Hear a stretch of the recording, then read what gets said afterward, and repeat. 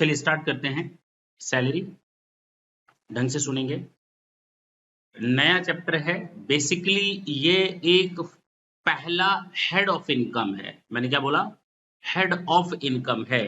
अगर हम टैक्सेशन की बात करें तो पहले भी मैंने एक बार आपको सेक्शन 4 पढ़ाते समय ये बताया है कि there are 5 heads of income, yes और नो। और मैंने ये भी बोला है इनकम टैक्स अपने आप में कुछ नहीं कर सकता जब तक कि एक्ट उसको ना बोले।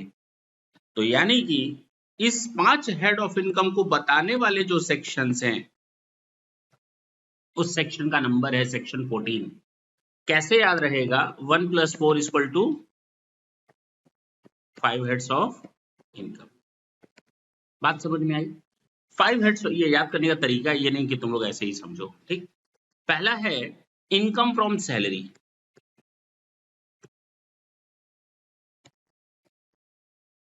सेकंड है income from house property.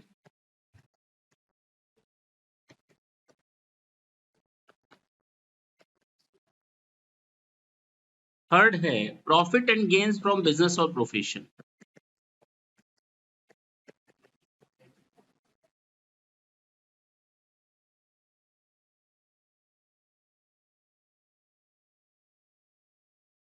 Capital gain and income from other sources.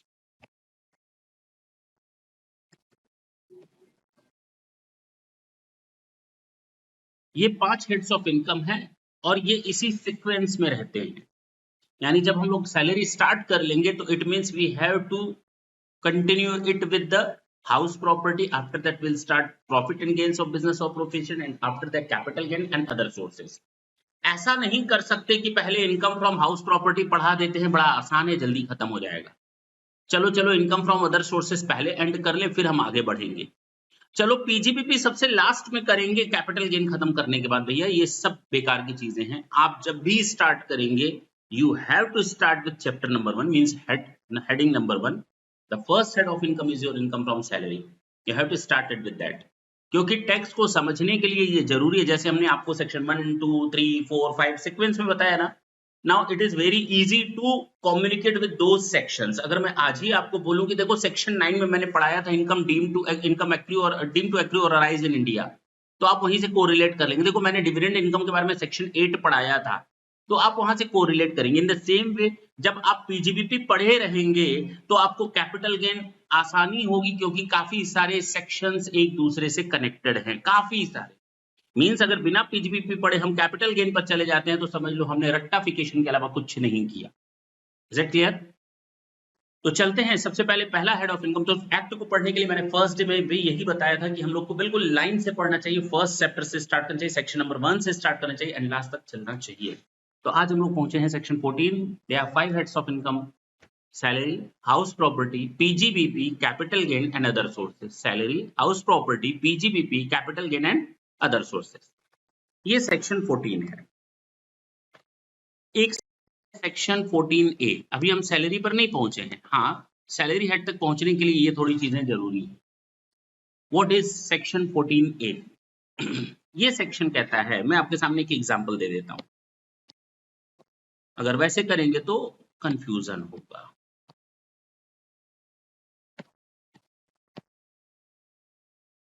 ये आपके सामने मैंने पीएल रखा और मैंने यहां पर एक बैलेंस शीट बनाई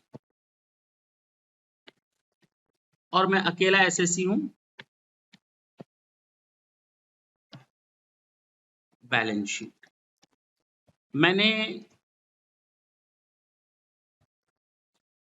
पीजीबीपी से कमाए नॉर्मल इनकम 2 लाख रुपए और एक्सपेंसेस किया है नॉर्मल वाले बिजनेस पर 1,80,000 मान लेते हैं, ठीक। मैंने कुछ इन्वेस्टमेंट किया है, तो मैंने यहां लिख दिया investment taxable and exempt.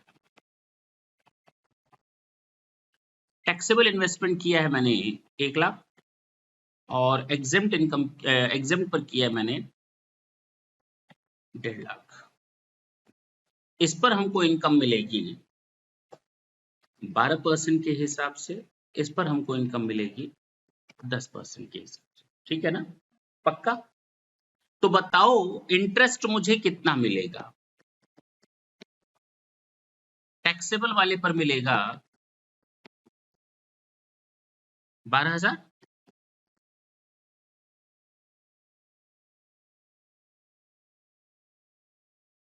Exempt वाले पर मिलेगा 15,000। बोलो।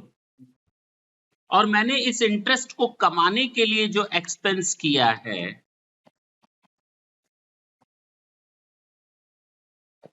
टैक्सेबल पर किया है मैंने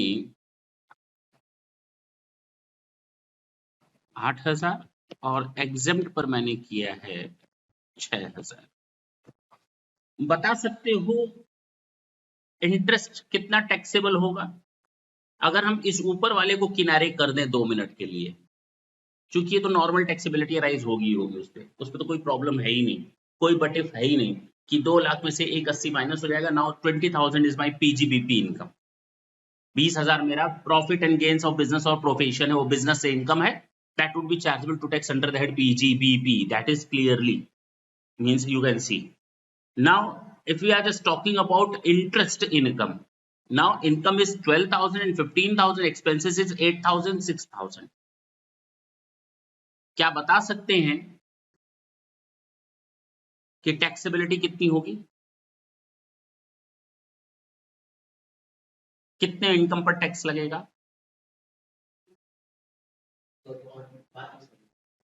कितने रुपए पर हमको सरकार सेट को टैक्स देना पड़ेगा? क्योंकि एसएससी कहता है कि भाई ये वो इनकम है जिस पर हमें टैक्स नहीं देना है। देखो लिखा हुआ है,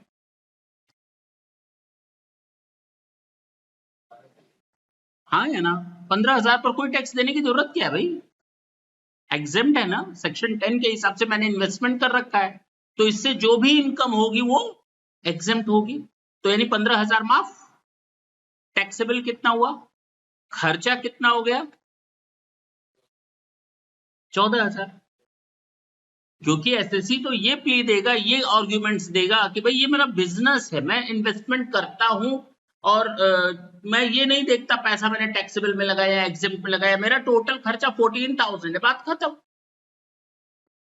वो तो मैंने अलग करके बताया ना आपको, वो तो सीधे कहेगा 14,000 का खर्चा है और टैक्सेबल इनकम है 12,000। पक्की बात है ना? तो वो लॉस में दिखाएगा, कितना लॉस दिखाएगा? 2,000। इंटरेस्ट इनकम से कितना लॉस हुआ? गवर्नमेंट ने कहा बेटा ऐसे नहीं चलेगा काम, बेवकूफ मत बनाओ उनको। सेक्शन 14A इसी के बारे में बताता है। 14A कहता है if your income is exempt, sorry, if your income is exempt then the related expenditure shall also be not allowable.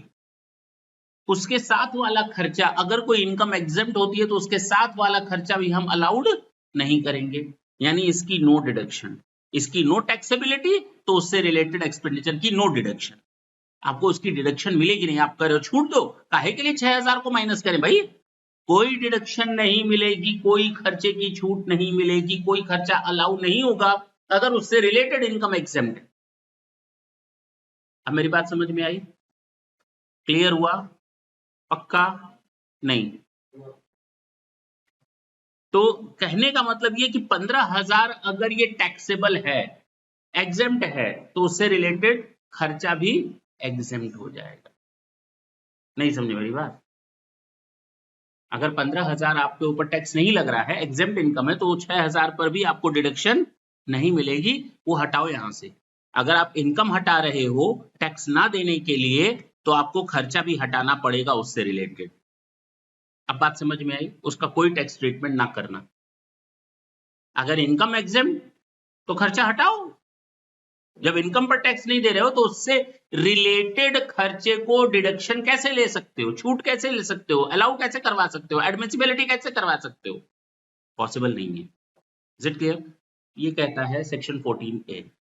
If any income is exempt, then the related expenditures are not allowed. बस एक line. If any income is exempt है तो बहुत बड़ा section है, लेकिन तुम लोग को इतना ही अभी समझना है. If any income is exempt, then the related expenditures are not allowed. Is it clear? आते हैं अपने मेन मुद्दे पर. किस पर? हमने अभी दो सेक्शंस बताए. Section 14, there are 5 heads of income: salary, house property, PGBP, capital gain and other sources. Section 14A, if any income is exempt, then the related expenditure are not allowed. Section जिसके लिए था इंतजार वो अब section आ गया.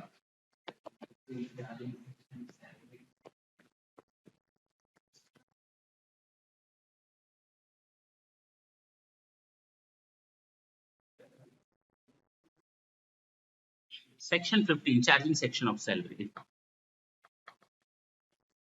हर एक head of income को मैंने कितने आपको हेड्स ऑफ इनकम बताया? 5. कौन कौन से? Salary, house property, PGB, capital gain and other sources. थोड़ी देर में गलत बताओगे तुम लोग. अच्छा, चार्जिंग सेक्शन ऑफ सैलरी. हर एक हेड ऑफ इनकम में उसका एक चार्जिंग सेक्शन है. जैसे पूरे एक्ट के लिए एक चार्जिंग सेक्शन था, सेक्शन 4. पूरे एक्ट के लिए चार्जिंग सेक्शन क्या था? उसी तरह हर एक हेड को चार्ज करने वाला क्या है? उसका चार्जिंग सेक्शन. ये सेक्शन ये बताता है, ढंग से सुनेंगे क्या बताता है.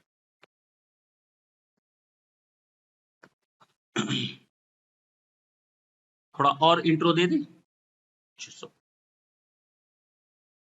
जब भी हम सैलरी की बात करेंगे, अच्छा फिर से बताओ, हमको कौन नाम बताएगा? 5 सोर्स ऑफ इनकम कौन कौन से बताओ? Salary, house rent, PGBP, capital gain and other.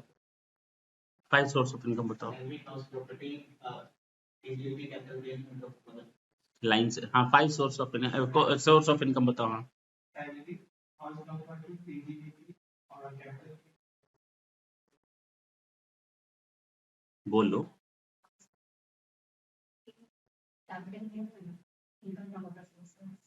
सबने गलत बताया. मैंने 2 मिनट पहले बोला था तुम लोग गलत बताओगे. 2 मिनट भी नहीं हुआ मैंने कहा था तुम लोग गलत बताओगे. मैंने सोर्स ऑफ इनकम पूछा था, हेड्स ऑफ इनकम नहीं पूछा. मैंने क्या पूछा था? अभी जो मैंने सबसे पूछा वो मैंने सोर्स ऑफ इनकम पूछा. अगर मुझे 4 जगह से सैलरी मिलती है तो मेरी 4 सोर्स ऑफ इनकम हो गई. अगर मेरा 10 बिजनेस चलता है तो मेरे 10 सोर्स ऑफ इनकम हो गए. लेकिन हेड्स ऑफ इनकम 5 ही रहते हैं. सोर्स ऑफ इनकम अनलिमिटेड हो सकते हैं. जुआ भी खेल सकते हैं, लॉटरी भी खेल सकते हैं, इंटरेस्ट भी कमा सकते हैं, रेंट भी कमा सकते हैं, सैलरी भी कमा सकते हैं, बिजनेस भी कर सकते हैं, इन्वेस्टमेंट भी कर सकते हैं. They are different source of income. आप कितनी भी तरह से कमा सकते हो. डिफरेंट मींस कोई उसका लिमिट नहीं है. बट यस, आपके ये सारी इनकम जो होती है वो टोटल 5 हेड्स ऑफ इनकम में बाइफरकेट की जाती है. जो भी कुछ आप कमाते हो ना, इसी 5 हेड्स में आएगा. तो मैंने आप लोगों से पूछा था क्या, और आपने जवाब क्या दिया? गलत दिया ना. मैं तो जान रहा था. तो पता भी नहीं चला. नहीं पता भी नहीं चला कहाँ जा रहा है. सैलरी की बात करते हैं. भाई हम कहाँ से कमा सकते हैं? यहाँ तो हम कहीं नौकरी करेंगे तो हम वहां से कमाएंगे, या हमारा कोई हाउस प्रॉपर्टी होगा जहां से मुझे रेंट मिलेगा. ये दूसरा हेड ऑफ इनकम. तीसरा हो सकता है कि मैं बिजनेस करता हूं या मेरा कोई प्रोफेशन है, मैं वहां से कमा सकता हूं. या चौथा हो सकता है कि मैं अपने हाउस प्रॉपर्टी को, जमीन को, जायदाद को बेचने का काम करूं, उससे कमा लूं. और लास्ट होता है जो इन चारों में ना आए उसे हम कहेंगे अदर सोर्सेस. अब इंटरेस्ट क्या है? ना मेरी सैलरी है, ना हाउस प्रॉपर्टी है, ना बिजनेस है, ना सेल किया है किसी कैपिटल एसेट को, जमीन जायदाद को. ये मेरा इन्वेस्टमेंट पर इंटरेस्ट है, वो मेरा अदर सोर्सेस. जुआ मैंने खेला, ना मेरी सैलरी है, ना ना सैलरी है, ना हाउस प्रॉपर्टी है, ना बिजनेस है, ना कैपिटल गेन है. ये क्या है? Other source. मुझे किसी कंपनी से डिविडेंड मिला तो मेरा ना तो ये सैलरी है, ना हाउस प्रॉपर्टी है, ना पीजीबीपी है, ना कैपिटल गेन है. ये अदर सोर्सेस है. मैं एमपी एमएलए हूं, मुझे सैलरी मिलती है तो ये क्या है मेरे लिए? Other sources. क्योंकि एमपी एमएलए भले सैलरी पाते हैं लेकिन वो नौकर नहीं होते. एम्प्लॉयर एम्प्लॉय का रिलेशनशिप होना चाहिए। फर्स्ट बेसिक कंडीशन है एम्प्लॉयर एम्प्लॉय का रिलेशनशिप होना चाहिए।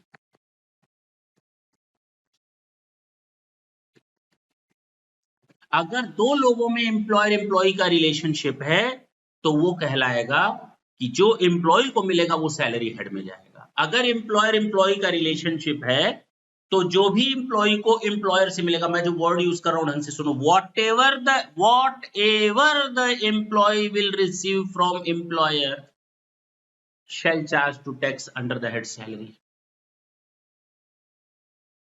क्लियर हुआ? गलती करोगे? करोगे और तुरंत करोगे। कंपनी है और उसका डायरेक्टर है, बताओ इसको जो सैलरी मिलेगी कहां जाएगी?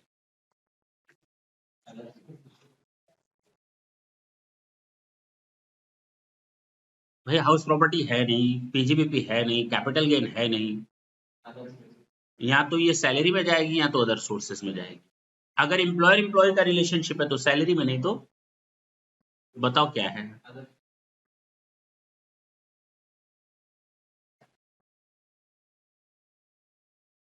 मैं बोलूं? घटिया जवाब। ये सैलरी में भी जा सकती है और अदर सोर्सेस, दोनों सही जवाब है। पूछो क्यों? अगर एम्प्लॉयर एम्प्लॉय का रिलेशनशिप होगा तो सैलरी में, अगर एम्प्लॉयर एम्प्लॉय का रिलेशनशिप नहीं होगा तो अदर सोर्सेस। तो कैसे पता चलेगा कि कोई डायरेक्टर एम्प्लॉयर एम्प्लॉय का रिलेशनशिप है या नहीं? अरे हमें कैसे पता चलेगा किसी डायरेक्टर का अपनी कंपनी के साथ एम्प्लॉयर एम्प्लॉय का रिलेशनशिप है या नहीं? कैसे पता करोगे भाई, मैं वो पूछ रहा हूं। अरे सीधी सी बात है, अपॉइंटमेंट लेटर होता है ना। तुम लोग कहाँ गायब हो? अरे अपॉइंटमेंट लेटर पढ़ लो। अगर उसमें लिखा रहे कि हम इसको डायरेक्टर अपॉइंट करते हैं, इसकी पर मंथ सैलरी 20,000 होगी, तो कहाँ टैक्सेबल होगा? हम्म, बस हो गया कल्याण। वो तो मैंने कहा था सैलरी अदर सोर्सेज में भी जाती है, उसमें लिखा रहे तो 20,000। हद तो होती है तुम लोग। आगे तो सुनो, इतने से कैसे डिसाइड कर लोगे कि सैलरी पर है या अदर सोर्सेज में? तब तो हमेशा सैलरी पर दिखेगा। उनकी रिस्पॉन्सिबिलिटी, उनके फंक्शंस को देखना पड़ेगा। देख तुझे 10, तू डायरेक्टर है, 10 बजे आना, 7 बजे जाना। तेरा काम है केवल सेल्स डिपार्टमेंट को देना, खबरदार जो परचेज डिपार्टमेंट की ओर आंख भी उठाई तो। अरे इसका मतलब he is not a director. Indirectly you can say he is not a working like a director. हाँ या ना? वो एम्प्लॉय की तरह काम कर रहा है, क्योंकि उसको बोला गया है कि तेरा काम केवल सेल्स डिपार्टमेंट का है और तू 10 से 6 रहेगा। ऐसा किसके साथ बोलते हो? एम्प्लॉय के साथ। और डायरेक्टर का दिमाग में नाम आता है तो क्या नाम आता है कि कंपनी का मालिक होता है। जब आए जब जाए, जितना पैसा निकाले जितना पैसा रखे, किसी भी डिपार्टमेंट में घुस सकता है। यही तो दिमाग में जाता है। अब समझ में आया दोनों में फर्क? तो दोनों, एक को कहा जाता है फुल टाइम डायरेक्टर, एक को कहा जाता है पार्ट टाइम डायरेक्टर। तो जो पार्ट टाइम डायरेक्टर होते हैं वो क्या होते हैं? फुल टाइम डायरेक्टर कहाँ जाएंगे? उल्टा बोल रहे हो, मैंने कुछ बोला ही नहीं। बोलने से पहले सोचो। जो फुल टाइम डायरेक्टर होगा इसका मतलब एम्प्लॉय की तरह काम कर रहा है, 10 बजे आना, 6 बजे जाना। अरे इंसानों। तुम लोग की सोच ही घटिया है ना। और जो पार्ट टाइम आएगा, आए ना आए, वो मालिक की तरह काम करेगा। अब समझ में आई बात? नॉर्मली तो ये देखना पड़ेगा। अगर एम्प्लॉयर एम्प्लॉय का रिलेशनशिप है, yes salary will charge to tax under the head salary. If the employer-employee relationship doesn't exist, then yes, the salary will be salary received by the employer director shall be charged to tax under that income from other sources. That's it. इतना ही है। तो पहली basic condition ये है कि दो लोगों के बीच में कौन सा कनेक्शन होना चाहिए, एम्प्लॉयर एंड एम्प्लॉय का कनेक्शन होना चाहिए, नहीं तो नहीं माना जाएगा सैलरी का। ये पहला है। फुल टाइम एम्प्लॉयमेंट हो या पार्ट टाइम एम्प्लॉयमेंट हो, मेरे यहाँ कोई पार्ट टाइम एम्प्लॉय रहे या फुल टाइम, डायरेक्टर के दिमाग को बाहर निकालो। अब इस पर आओ, फुल टाइम और पार्ट टाइम, डायरेक्टर की बात नहीं कर रहा, तुम लोग का दिमाग अभी भी डायरेक्टर पर चिपका होगा, वहां मत जाना, अब बाहर निकलो। किसी XYZ अकाउंटेंट को मैंने रखा, फुल टाइम रखा या पार्ट टाइम रखा, क्लर्क को रखा, फुल टाइम रखा या पार्ट टाइम रखा, सैलरी ही देंगे, बात खत्म। ये प्रॉब्लम तो केवल डायरेक्टर के साथ अटैच रहती है, बाकी किसी एम्प्लॉय के साथ अटैच नहीं रहती। फॉरगोइंग और सैक्रिफाइसिंग ऑफ सैलरी। फॉरगोइंग का मतलब होता है सैलरी को छोड़ देना, सरेंडर का मतलब होता है सैलरी को छोड़ देना। दोनों का मतलब सैलरी को भूल जाना, ठीक, हाँ हाँ बोलने दो। सैलरी को भूल जाना, that is known as forgo of salary, छोड़ देना, हटा देना, उतना हिस्सा अब हम सैलरी नहीं लेंगे, सरेंडर, इतना सैलरी अब हमको मत देना। दोनों में नाम में तो एक ही लिख रहा है लेकिन काम में फर्क है। क्या है? Once salary accrue, the subsequent waiver by the employee doesn't absolve him from the liability of income tax. अगर हम सैलरी को फोरगो कर देते हैं, सैलरी मिली या सैलरी ड्यू हो गई, मेरे अकाउंट में 50,000 आ गया सैलरी, एम्प्लॉयर ने लिख दिया, अब मैंने कहा नहीं 10,000 हमको मत देना, ये बाढ़ वाले पीड़ितों को दे दो, जो विक्टिम है, फ्लड विक्टिम्स है, उनको दे दो, 10,000 यहाँ लगा दो, 5,000 वहां लगा दो, मैंने ऐसा बोल दिया। अब वो हमें 40 देगा, अब वो हमें 40 देगा, तो टैक्सेबल कितना होगा, 40 या 50? 50, क्योंकि मैंने पहले सैलरी ड्यू हो चुकी है, उसके बाद मैंने फोरगो की। सैलरी ड्यू होने से पहले अगर आप छोड़ देते हैं तो that is known as surrender. अब बात समझ में आई? मैंने मालिक को कहा देखिए भाई आप कितने पर हमको तय कर रहे हो, उसने कहा 50,000, मैंने कहा भैया 40 ही करना। नहीं समझे? वो 10,000 मैं सरेंडर कर रहा हूं सैलरी, इसको कहते हैं सरेंडर। अगर कोई एम्प्लॉय सैलरी सरेंडर कर रहा है, voluntary surrender, the salary so surrender would be exempt while computing his taxable income. दोनों में फर्क समझना, सरेंडर ड्यू होने के पहले हो जाती है और फॉरगो ड्यू होने के बाद होती है। चलिए अब आते हैं, जब सैलरी की इतनी बात हो ही गई है तो पहला चार्जिंग सेक्शन है section 15। The first section is your section 15 and that is your charging section. क्या बोलता है ये चार्जिंग सेक्शन?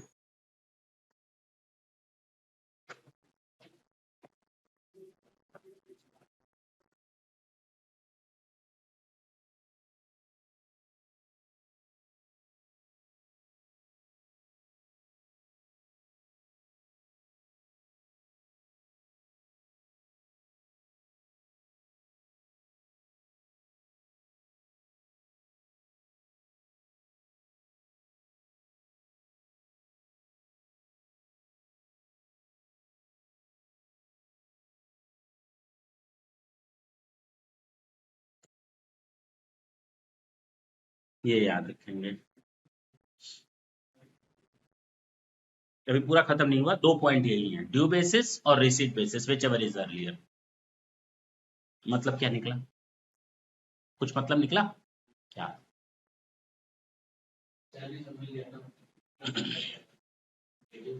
अगर मैं 12 महीना किसी जगह काम करता हूं 1,000 पर मंथ के हिसाब से, ठीक है, और मुझे सैलरी मिली है,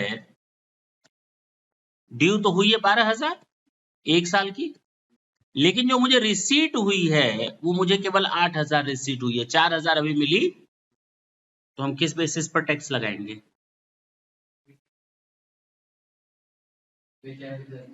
हाँ तो अरे डेट क्या बताए, ड्यू हो गई, डेट क्या बताए? हाँ 12,000, 8,000 पर टिक कर दिए तो 8,000 बोलोगे, जो दोनों में से पहले हो। अर्लियर क्या हो गई है? 12,000 ड्यू हो गई है, टैक्स लगा दो 12,000 पर। 4,000 मुझे मिली नहीं है, लेकिन मुझे टैक्स देना पड़ेगा क्योंकि ड्यू तो हो गई है, आज नहीं तो कल मुझे मिल जाएगी, ठीक है ना? अच्छा, ड्यू हुई है 8,000, और मुझे रिसीट हुई है 12,000। मैंने 8 ही महीना काम किया, मैंने 8 महीना काम किया। ऐसा थोड़ी हो सकता है कि ड्यू हो गई हो लिखेंगे नहीं। इस साल मैंने केवल 8 ही महीना काम किया। मेरा अपॉइंटमेंट हुआ है अप्रैल मई जून जुलाई 1 अगस्त। कब अपॉइंटमेंट हुआ है? 1 अगस्त को। तो मुझे 8 महीने की सैलरी मिलनी चाहिए 8,000, लेकिन मिल कितनी गई? 4,000 किस चीज की है? एडवांस, अगले साल का। टैक्स कितने पर लगेगा? अगले साल का है 4,000, अगले साल का है, तो टैक्स कितने पर लगेगा? अकाउंट के सपने से बाहर आओ। ये अकाउंट नहीं पढ़ रहे हो कि एक्रूअल सिस्टम यूज कर रहे हो।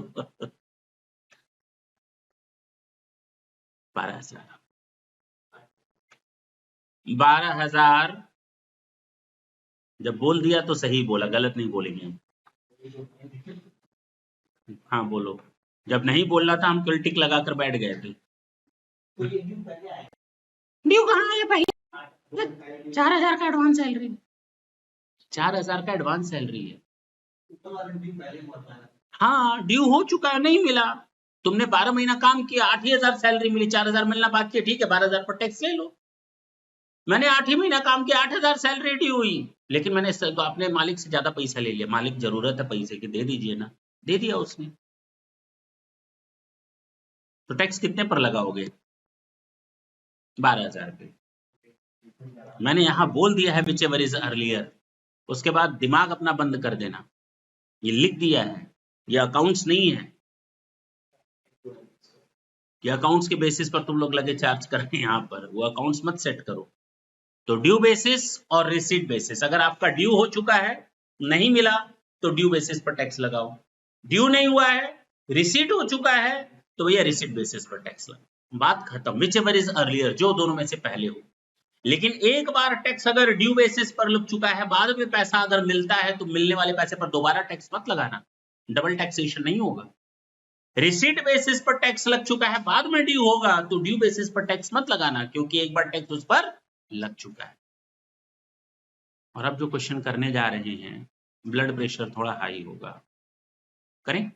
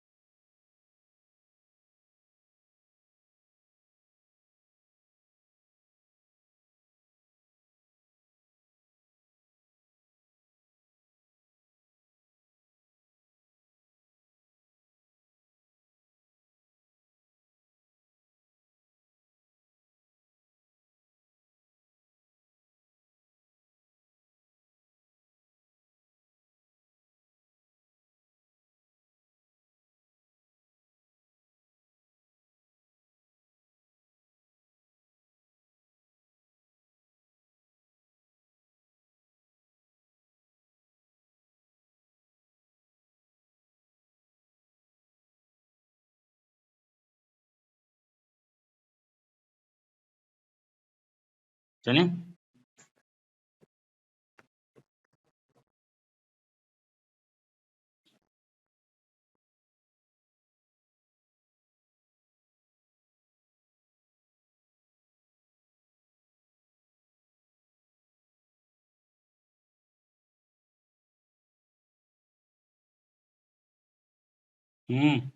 बोलो, बोलो, बोलो ना।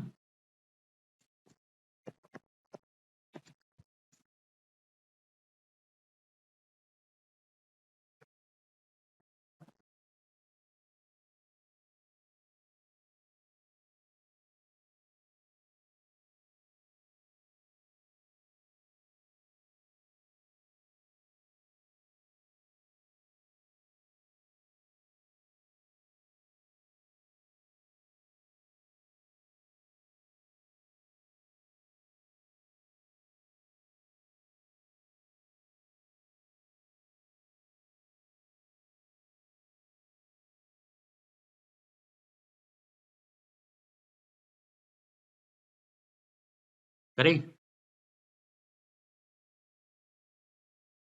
बताओ 18-19 में किस बेसिस पर टैक्स लगेगा? हाँ, डू। अच्छा, टैक्सेबल हो जाएगा 80,000। 19-20 में और 20-21 में बहुत बढ़िया। अरे बोलो ना।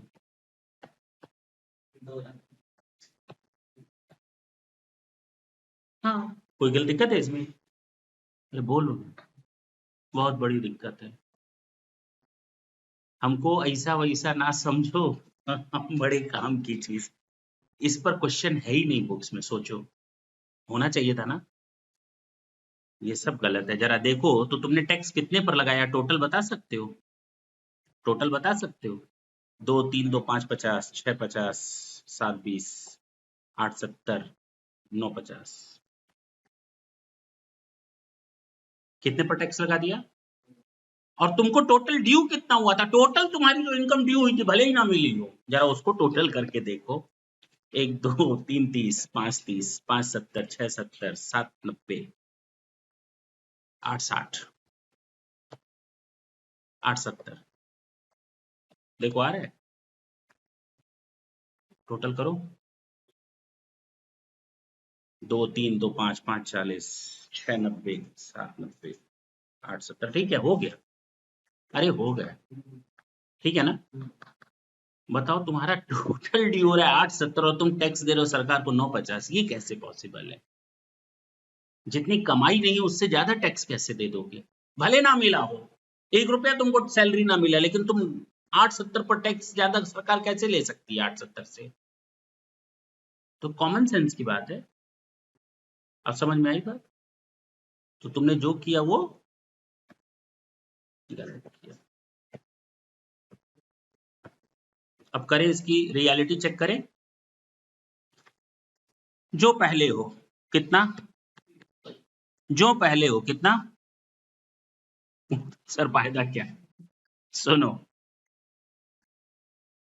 हमारा ड्यू बेसिस पर टैक्स लग चुका है,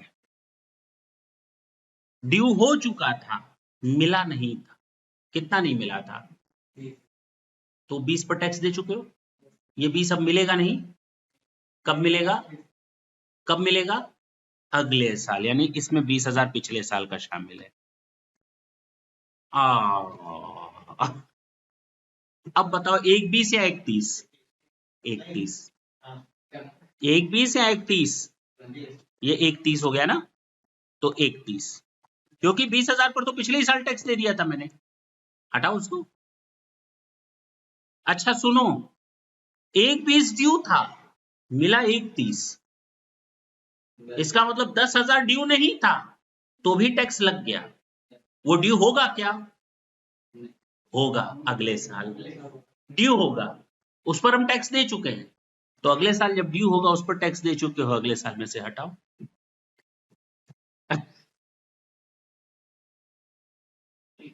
भाई जो ड्यू नहीं हुआ था उस पर टैक्स दे दिए हो, तो ड्यू तो होगा ना। वो 12 महीने का 13वां महीना ड्यू वाला आएगा ना, तो कब आएगा? अगले साल। तो 10,000 जो ज्यादा टैक्स दे दिए हो पिछली बार, वो रिसीट बेसिस पर दे दिए हो, अब ड्यू बेसिस पर दोबारा मत दे देना। अब बात समझ में आई? तो ड्यू बेसिस में से हटाओ, क्योंकि रिसीट बेसिस पर टैक्स दे चुके हैं, अब ड्यू बेसिस से हटा दो। अब हमारा ड्यू कितना हुआ? 1 30। 1 30 और 1 70। 1 70 ज्यादा कितना गया? 40। तो वो 1 70 ज्यादा रिसीट बेसिस पर चला गया, तो रिसीट बेसिस पर टैक्स दे दियो, ड्यू तो होगा अगले साल। तो पता चला फिर ड्यू बेसिस पर टैक्स दे दिए। 1 30 के बदले 1 70 दे चुके हो, 40,000 ज्यादा पर दे चुके हो, तो 40,000 अगले साल में से माइनस कर देना। 1 60 और 1 50, 160 किस बेसिस पर दे दिए? ड्यू बेसिस पर दे दिए। ये पैसा मिलेगा जरूर, कब मिलेगा? अगले साल। रिसीट होगा कितना? 10,000। तो माइनस कर लो 10,000 रिसीट में से, बचा 1 10। 1 10 और 1 50, 1 50 ड्यू बेसिस पर दे दिए। ये पैसा मिलेगा 40,000, कब मिलेगा? अगले साल। तो रिसीट बेसिस पर टैक्स मत लगा देना। तो 180 और 160 180, 20,000 का ही फर्क आया केवल। हाँ या ना? अरे बोलो ना, 180 और 160 में क्या है? 180 ड्यू बेसिस पर लगा दिए, नेक्स्ट ईयर रिसीट बेसिस में से माइनस कर देना नेक्स्ट ईयर। अब जरा टोटल देखो, इसका टोटल करो कितना आ रहा है, टोटल करो नीचे टैक्सेबल अमाउंट का। 2 10 3 80, 4 80 5 40, 6 90, 7 90, 8 70 आ तो गया। किसी भी कीमत पर ड्यू या रिसीट से ज्यादा कैसे जा सकता है कोई भी टैक्सेबल? ना तो तुम्हारा ड्यू बेसिस पर मैचिंग, उससे ज्यादा जा ही नहीं सकता। अब ठीक है, नोट करना है नहीं करना है? ये होगा नहीं एग्जाम में, याद रखना, गलत करके आओगे अभी भी गलत करके आओगे। चलो एक काम करते हैं, छोड़ दो, क्लास वर्क दे देते हैं, अभी करो, हम भी देखें कितना समझ में आया।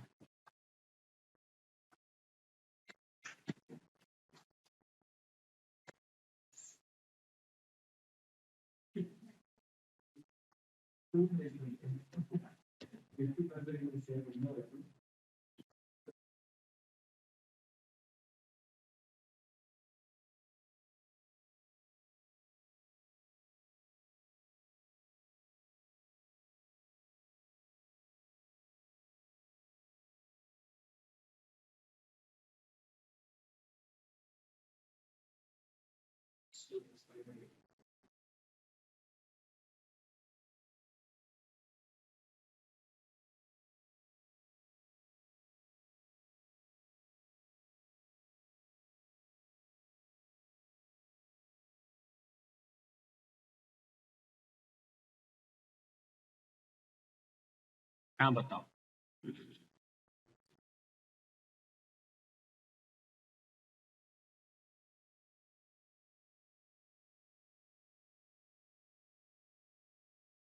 अगर यही क्वेश्चन एग्जाम में आ जाए, ये वाला, दोनों में से कोई, 90% बच्चे गलत करके आएंगे। सोचो, सैलरी का पहला बेसिक सेक्शन गलत करके आएंगे।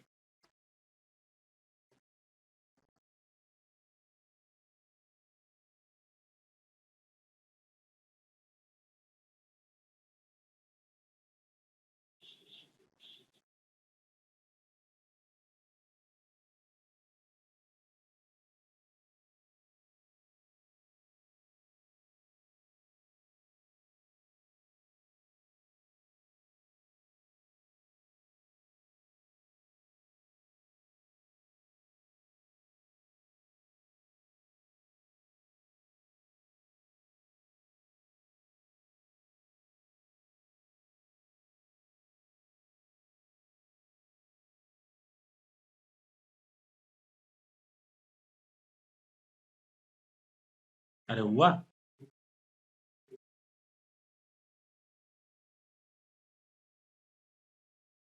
ड्यू हमेशा 12 महीने का ही होता है, 12 महीने में। तो ये लिख देना 120 बिना सोचे समझे, ये लिख देना 180, और ये लिख देना 216। अब आंसर करो, बताओ पहले का कितना आया, किस बेसिस पर?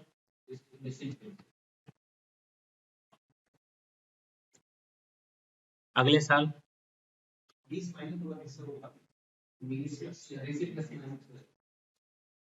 जाहिर सी बात है, कहां से माइनस होगा? तो 150 की जगह कितना हो जाएगा? बस यही सिखाया था ना मैंने, बहुत बड़ा। अगर रिसीट बेसिस पर टैक्स लग चुका है तो अगले साल ड्यू से माइनस होगा इंसान, क्योंकि रिसीट पर तो टैक्स दे दिए, ड्यू के बेसिस पर अगले साल ड्यू होगा। तो ये जो 20,000 ज्यादा दे दिए हो वो यहां से माइनस करोगे, तो 160 और 150।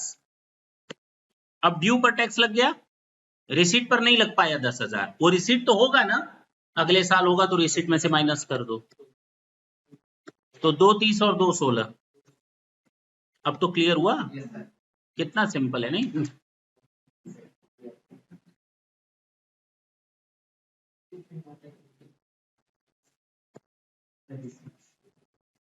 नोट कर लिया?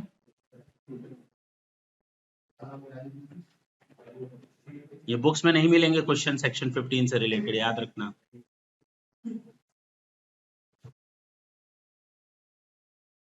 चलिए,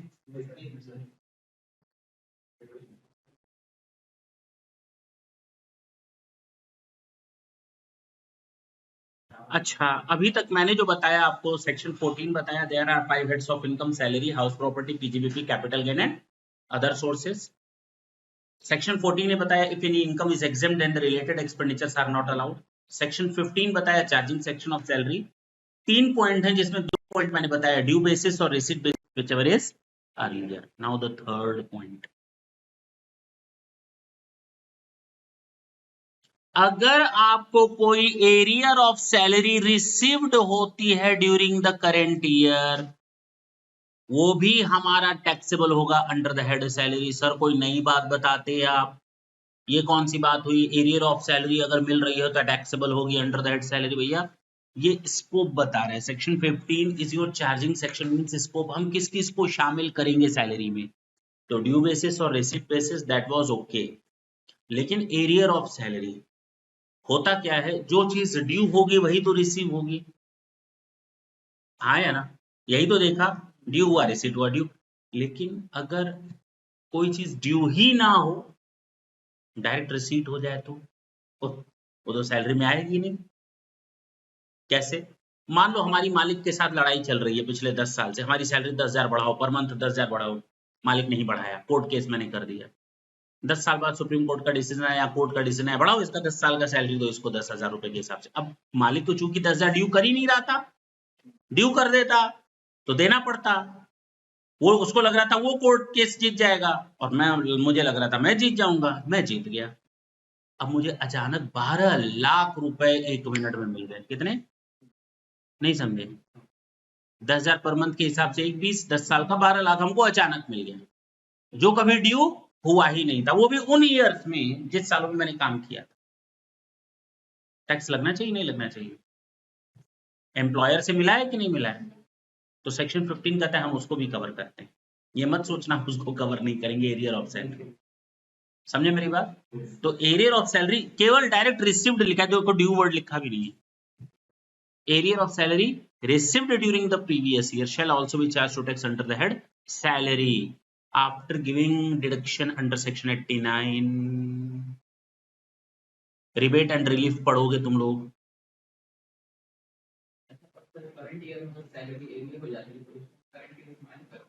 एरियर का मतलब ड्यू ही नहीं हुआ ना, फिर तुम वही बात माइनस कैसे करोगे? एरियर का मतलब क्या हुआ? जो ड्यू नहीं हो रहा। अभी तो वही चीज तो बताई जो ड्यू ही नहीं हुआ ना। बवाल है तब कैसे एरियर, उसको मालिक कैसे कह देगा अच्छा अच्छा हम तुम्हारा एरियर चढ़ा दे रहे हैं? अरे बेटा जब तुम चढ़ा ही दिए तो दे ही दो, बुक्स में चढ़ा ही दिए तो दे ही दो, नहीं तो सुप्रीम कोर्ट तो वैसे ही कह देगा दे दो तुमने दिख दिया है तो मालिक लिखेगा ही क्यों? Common sense. समझे मेरी बात? क्या बताया? 3 पॉइंट बताया, ड्यू बेसिस और receipt basis whichever is earlier. Third मैंने बताया arrear of salary but subject to section 89(1) देखा जाएगा। चलिए हो गया, चार्जिंग सेक्शन इज ओवर। अब हमें बताओ, केस है, आंसर बताओ। एक टीचर है, उसको स्कूल से एमोल्यूमेंट्स मिल रहा है इन काइंड।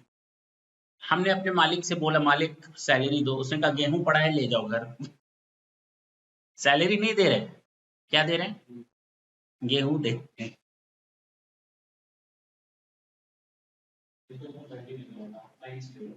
सैलरी में जाएगा। यस, एम्प्लॉयर से कुछ भी मिले, चाहे कैश में मिले चाहे काइंड में मिले, yes it is immaterial whether salary is received in cash और इन। एक कॉलेज टीचर है, उसको फीस मिल रही है यूनिवर्सिटी से आंसर शीट चेक करने का। हाँ बोलो।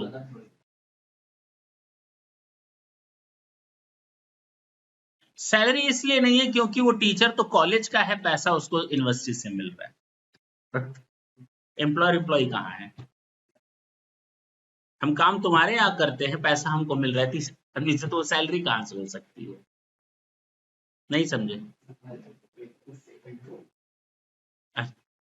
चले आगे। No, employer employee relationship doesn't exist, तो ये अदर सोर्सेस में जाएगा। एमपी को हमने सैलरी दी या एमएलए को, अदर सोर्सेस बता ही दिए। ठीक, एम्प्लॉयर एम्प्लॉय रिलेशनशिप नहीं होता है। क्वेश्चन है क्वेश्चन नंबर 2, थोड़ा आराम से देखेंगे, समझ में आएगा कि हम लोग को इस चैप्टर में करना क्या है। स्टार्ट करते हैं। मिस्टर एक्स ज्वाइन करता है ए लिमिटेड फॉर पर 5000 पर मंथ 1 अप्रैल 21 को। देखो ना, सॉल्यूशन 2, 1 अप्रैल 21 को ज्वाइन करता है 5000 पर मंथ।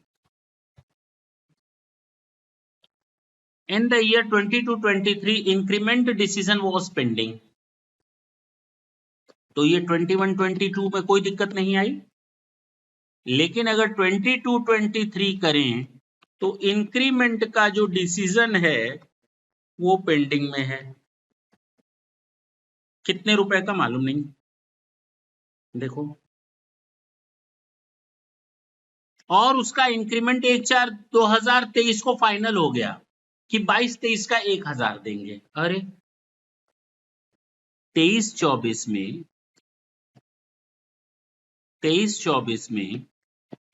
1/4/2023 को फाइनल हो गया ये वाला डिसीजन 1000 पर मंथ 22-23 के लिए।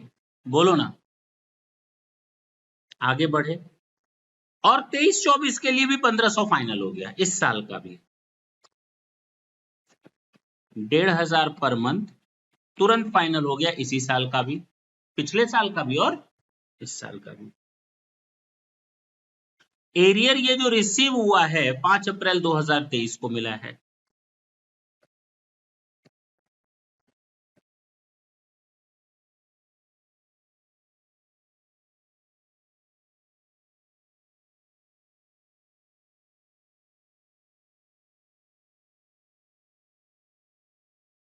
Further salary of April 24 has also been advance on 15 मार्च।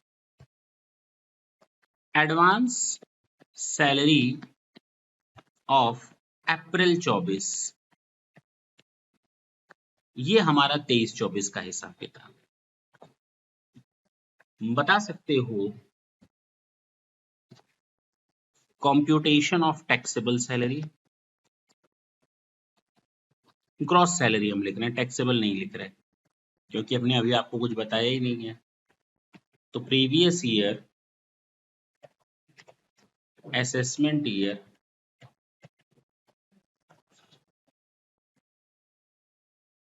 देखना इधर बहुत इंपॉर्टेंट क्वेश्चन है छोटे छोटे पॉइंट सारे।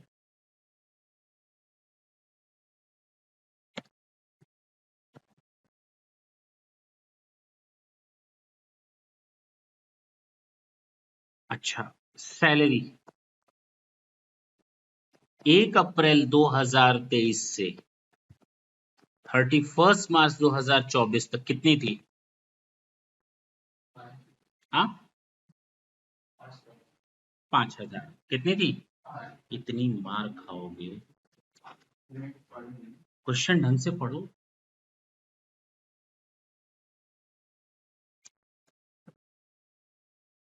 जो सैलरी इंक्रीमेंट होती है वो सैलरी का हिस्सा नहीं होता क्या?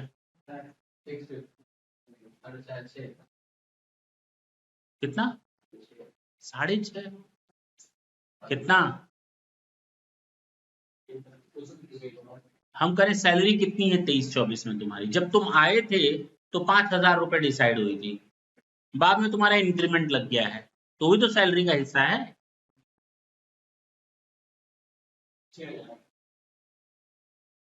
एक कर है 6.5, एक कर है 6।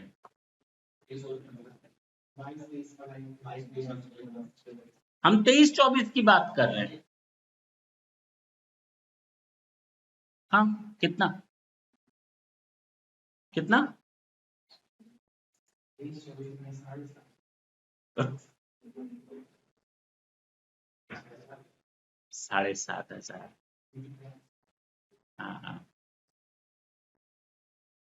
वाह भाई वाह। 22, 23, 21, 22 और 23, 24। यहाँ मेरी कितनी फाइनल हुई थी? इधर भी कितना मिल रहा था? 5,000। मेरा यहाँ का पेंडिंग था 1,000 रुपए, वो मेरा फाइनल हुआ है इधर। सुनो, 1,000 यहाँ फाइनल हुआ है, 12 महीने का 12,000। किस साल का था? लेकिन रिसीट कब हुआ है? ये एरियर ऑफ सैलरी है। क्या है ये? अब समझ में आई? जो कभी ड्यू हुआ ही नहीं था, अचानक हमको एक साथ मिल गया, पेंडिंग चल रहा था। एरियर ऑफ सैलरी आया। अच्छा, इसका मतलब अब यहाँ की सैलरी डिसाइड हो गई कि कितनी हो गई थी,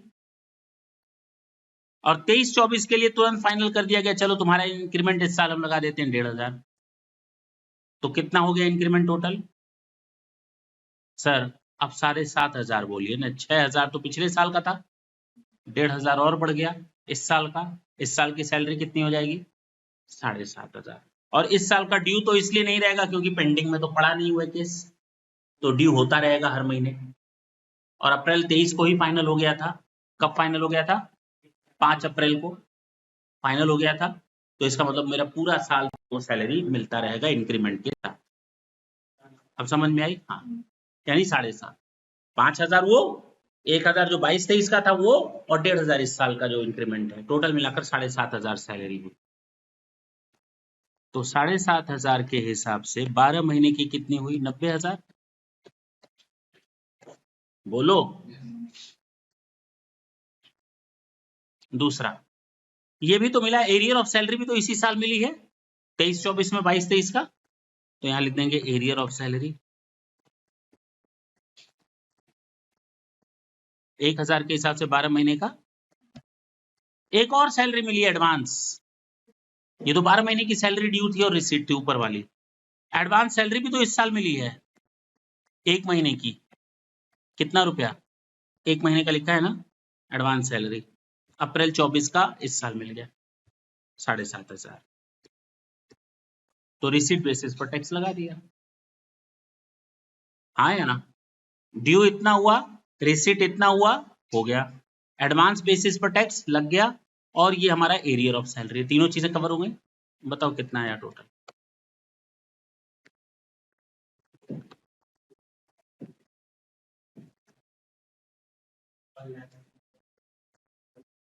कोई दिक्कत है इसमें? नहीं है ना? नोट कर लो, this is your solution number 2।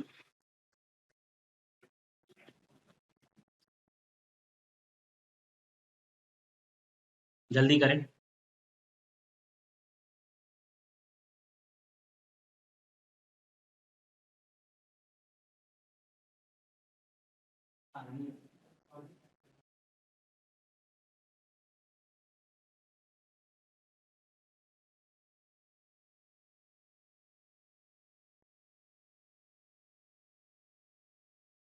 चलें?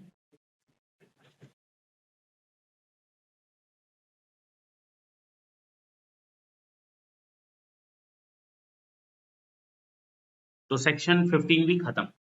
अब बात करेंगे हम सेक्शन 16 की। किसकी?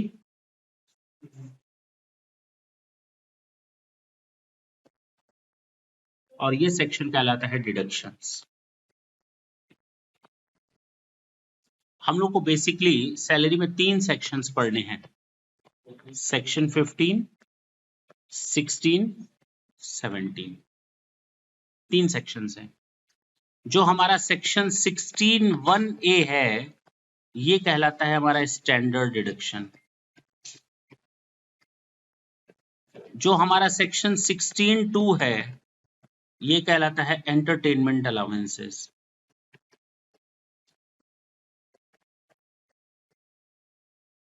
और जो मेरा सेक्शन 16(3) है, ये कहलाता है प्रोफेशनल टैक्स। और ये तीनों मिलाकर हमारे डिडक्शंस होते हैं। क्या होते हैं? सैलरी हेड के डिडक्शंस। और सेक्शन 17 में हमें 3 सेक्शंस पढ़ने हैं, सेक्शन 17(1), 17(2) और 17(3). और ये तीनों सेक्शंस हमारे डेफिनेशंस पार्ट को बताते हैं। किसको बताते हैं? और सेक्शन 15 तो जान ही चुके हो।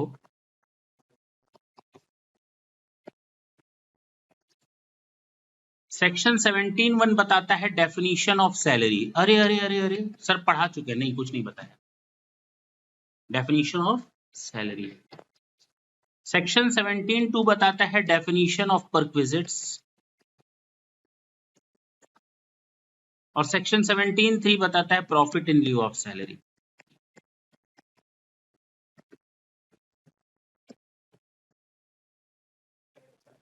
मेरी बात समझ में आई? ये पूरा सैलरी का सेक्शन है, ऐसे ही खत्म हो गया।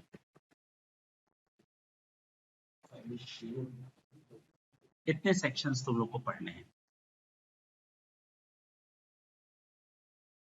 हम लोगों ने क्या क्या खत्म कर दिया ये, और अब करने जा रहे हैं ये। सेक्शन 16(1)(a) ये है स्टैंडर्ड डिडक्शन।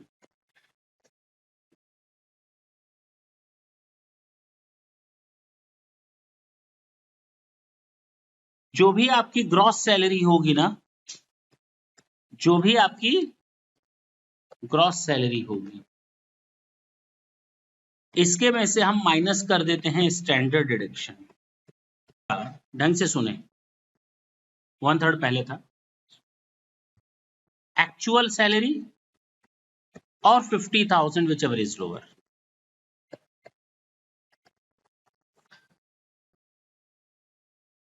एक्चुअल सैलरी और 50,000 विच एवर इज लोअर, बस बात खत्म। 1/3 का सिस्टम खत्म।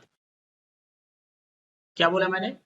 एक्चुअल सैलरी और 50,000 विच एवर इज, ये हमारा स्टैंडर्ड डिडक्शन। कोई दिक्कत है? नहीं।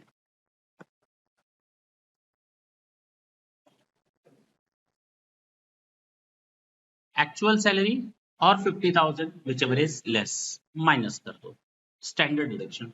क्यों दिया जाता है ये स्टैंडर्ड डिडक्शन? आखिर क्यों देते हैं आप? सेक्शन 16(2) में 1A में स्टैंडर्ड डिडक्शन दिया क्यों जाता है? रीजन बता सकते हो?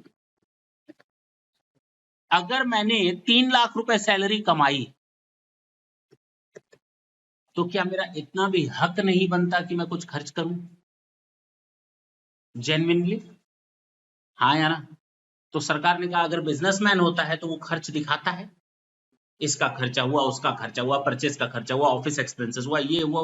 सैलरी पर भी तो आपका आने जाने का खर्च हुआ होगा, नाश्ते पानी का रास्ते में खर्च हुआ होगा जेन्युइनली। ऑफिस में आपने खाया पिया होगा, नहीं? कहा गया उसके लिए हम आपको 50,000 की डिडक्शन दे देते हैं और actual amount of salary which ever is less. तो नॉर्मली यहां इस केस में 3 लाख की सैलरी तो 50,000 माइनस हो जाए। अब बात समझ में आई? The benefit is also given to pensioners. तो जो पेंशनर को सैलरी मिलती है, पेंशनर को पेंशन मिलती है, पेंशन को सैलरी सैलरी होती है, वो सैलरी कहलाती है। पेंशनर्स को जो पेंशन मिलती है that is known as salary, क्योंकि वो मालिक से ही तो पा रहे हैं, भले रिटायर हो चुके, लेकिन मिल तो रहा है उनको मालिक से। किस हैसियत में मिल रहा है? एम्प्लॉय की हैसियत से मिल रहा है, क्योंकि उन्होंने पास्ट में अपनी सर्विसेज, तो वो सैलरी हेड में ही टैक्सेबल होता है। तो pension is like your salary. Not to apply those receives pension, family pension. तो जो फैमिली पेंशन होती है वो अदर सोर्सेज में टैक्सेबल होती है। कहां जाती है? क्यों? मान लो मिस्टर एक्स है जो काम कर रहा है वाई लिमिटेड के यहां, अब एक्स की डेथ हो गई, तो मिसेस एक्स को जो कुछ भी मिलेगा वो फैमिली पेंशन होगा। अब चूंकि इन दोनों में एम्प्लॉयर एम्प्लॉय का रिलेशनशिप नहीं है, Mrs X is not was not the employee, वो मिस्टर एक्स था, लेकिन मिस्टर एक्स के कारण वो पेंशन किसको मिल रही है? मिसेस एक्स को। तो ये जो फैमिली पेंशन मिसेस एक्स को मिलेगी वो अदर सोर्सेज में जाएगी, क्योंकि एम्प्लॉयर एम्प्लॉय का रिलेशनशिप नहीं। समझ में आई बात? तो फैमिली पेंशन को हटाया गया लेकिन पेंशन्स को शामिल किया गया। कॉमन सेंस की बात है। तो अब मैं सीधे पूछूं सेक्शन 16(1)(a), तो 16(1) is standard deduction list of the following actual amount of salary or 50,000 whichever is less. Section 16(2) ये कहलाता है entertainment allowances.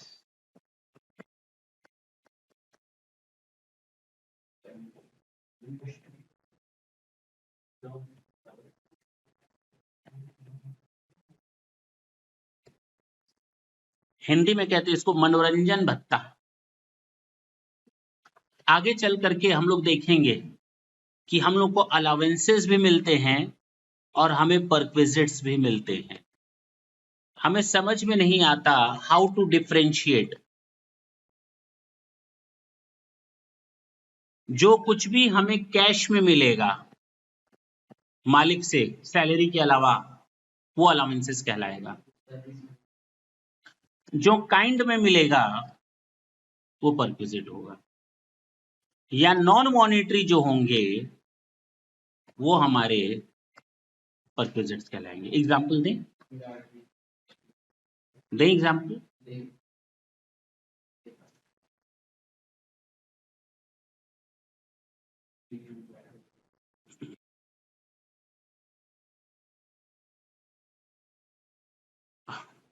अपने घर में रहते हो कि किराए का घर है?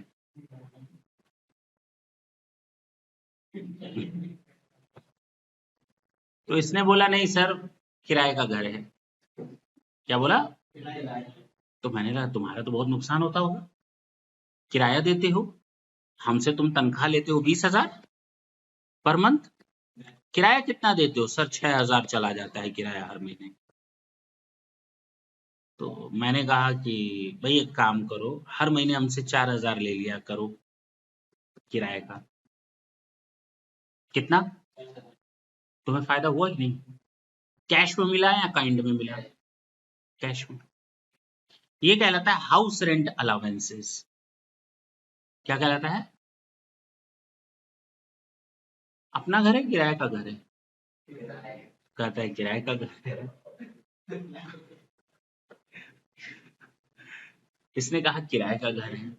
किराया कितना देते हो? सर 6,000 देते हैं. मत दो किराया, मेरा घर पड़ा हुआ है खलिहर, जाकर उस घर को ले लो, उसी में ही रहो. हमने किराया नहीं दिया इसको, किराए का कोई कंपनसेशन नहीं दिया, घर ही दे दिया. तो इसको हम लोग कहते हैं रेंट फ्री अकोमोडेशन. क्या नाम देते हैं? अल्टीमेटली तुम्हें फायदा किस चीज का मिल रहा है? घर का. चाहे किराए के तौर पर मिले चाहे काइंड में घर ही मिल जाए. बात समझ में आई? ये लो 2,000 रुपए हर दिन देखो तो कहता है तबीयत खराब है तबीयत खराब है. ये लो 2,000 रुपए पर मंथ, अपना इलाज वगैरह वहीं से करवाना. इसको कहते हैं मेडिकल अलाउंसेस. क्या कहते हैं? दूसरा तरीका, कभी बीमार हो जाना ना, हॉस्पिटल में दाखिल हो जाना, हम पैसा दे देंगे. नहीं समझे? बात तो वही पड़ी. अब ये भी नहीं कहेंगे मेडिकल अलाउंसेस भी ले लो और हॉस्पिटल में एडमिट होना तो वो भी पैसा ले लेना. किराया भी ले लो और मेरा घर भी ले लो, तो दोनों नहीं दे सकते, कोई एक चीज देंगे. नहीं समझे? कोई एक चीज ही तो मिलेगी. दोनों सोच रहा है ये भगवान, दोनों कैसे मिल सकता है?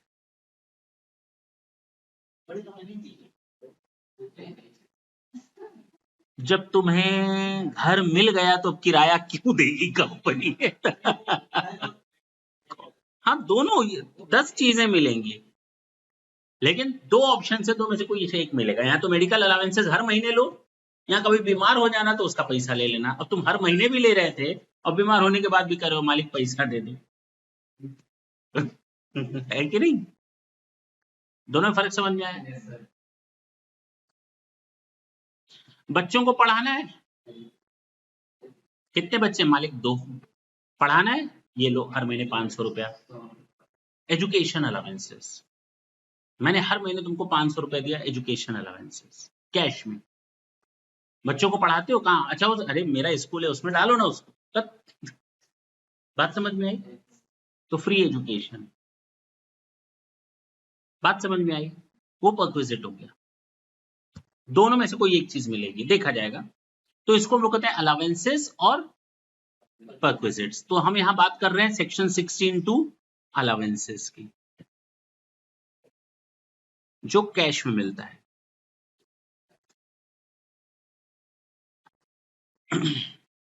मैंने कहा जो कुछ भी आपको मिलेगा वो आपकी सैलरी में ऐड कर दिया जाएगा। एम्प्लॉयर से जो कुछ भी मिलेगा वो आपकी सैलरी में ऐड कर दिया जाएगा, चाहे वो गवर्नमेंट एम्प्लॉयर हो या एम्प्लॉय हो, चाहे नॉन गवर्नमेंट एम्प्लॉय हो। आपको मालिक से मिल रहा है सैलरी, ऐड कर लो। आपको मालिक से मिल रहा है एंटरटेनमेंट अलाउंसेस, ऐड कर लो।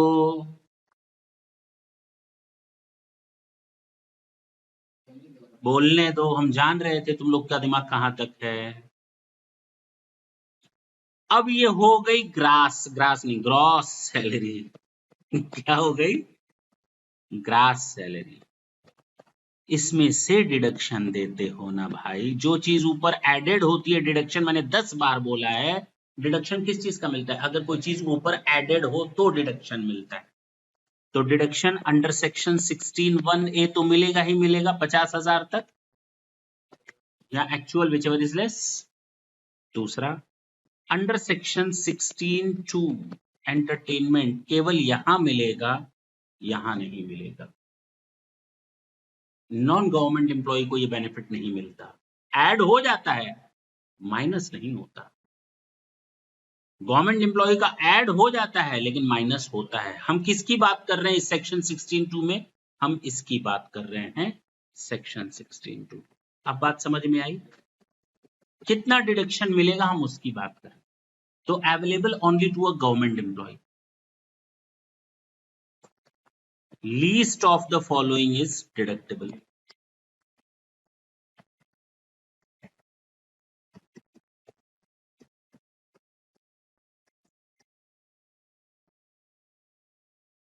एक्चुअल अमाउंट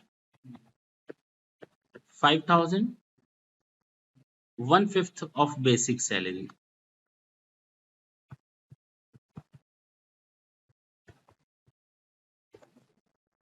जो तीनों में से कम।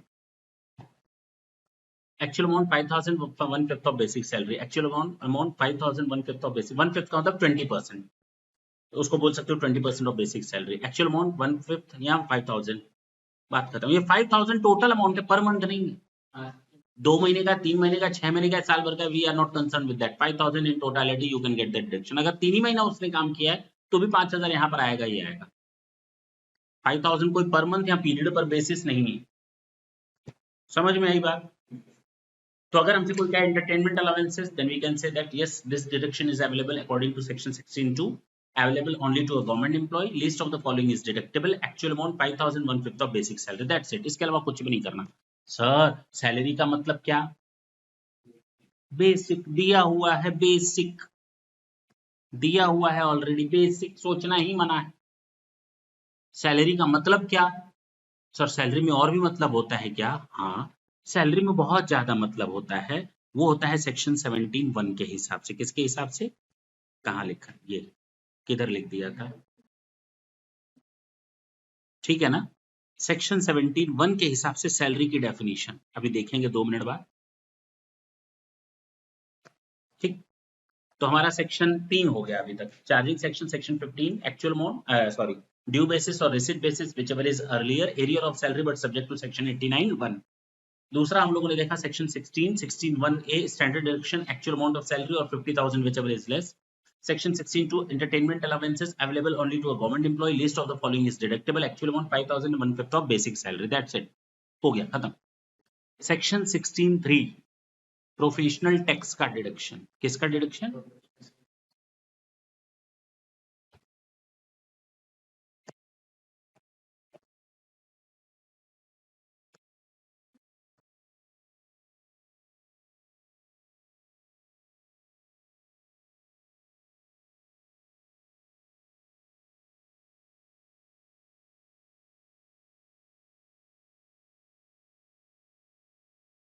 हमको एक कंपनी ने कहा सीए हो, मैंने कहा हाँ। नौकरी करोगे? मैंने कहा हाँ। कहता है कितना लोगे, मैंने कहा 5,000 पर मंथ। और रुपीज इन 1000।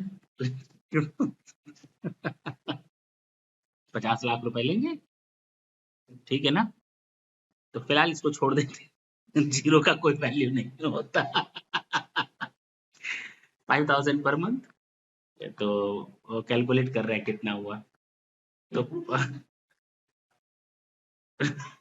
हाँ बताओ कितना हुआ, 5,000 इंटू रुपीज इन 1000 बताओ। हाँ हो गया, 50 नहीं 5 करोड़ आदमी। 5,000 है, हाँ 50 लाख हुआ, हम 50,000 में कैलकुलेट करते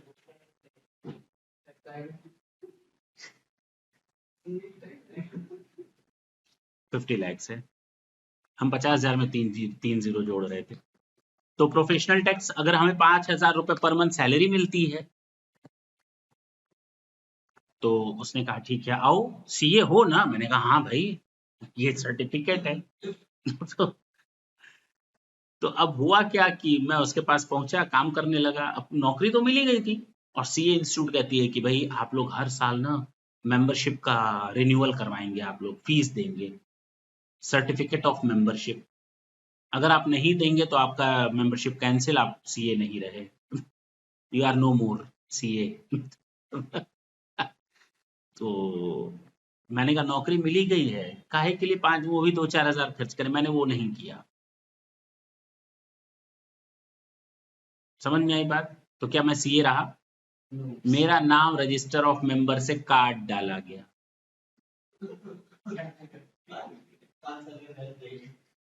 नहीं वो रिस्टोर हो जाता है, बीमार मत हो, इतना आसान नहीं है। सुन लो, सुन लो, अब मेरा नाम तो कट गया मेंबर से। मैं कंपनी बोलती है कि तुम सीए हो, मैंने कहा हाँ नाम कट चुके हैं। वहां से कहेगा चल भाई इधर से, तेरी छुट्टी, सीए होता तो तुझे रखता। कहने का मतलब ये कि ये प्रोफेशनल्स के जो टैक्सेस ड्यूटीज लगते हैं वो जरूरी होते हैं अपनी क्वालिफिकेशन को मेंटेन करने के लिए, मेंबरशिप को रखने के लिए। तो अगर मालिक दे दे, मालिक मतलब एम्प्लॉयर दे दे मेरा वो टैक्स, तो क्या बुरा है?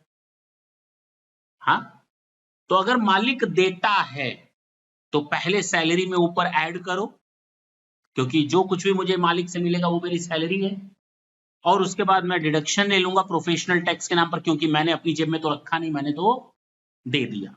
अब बात समझ में आई? सुनो, मालिक ने दिया ही नहीं तो क्या ऐड होगा?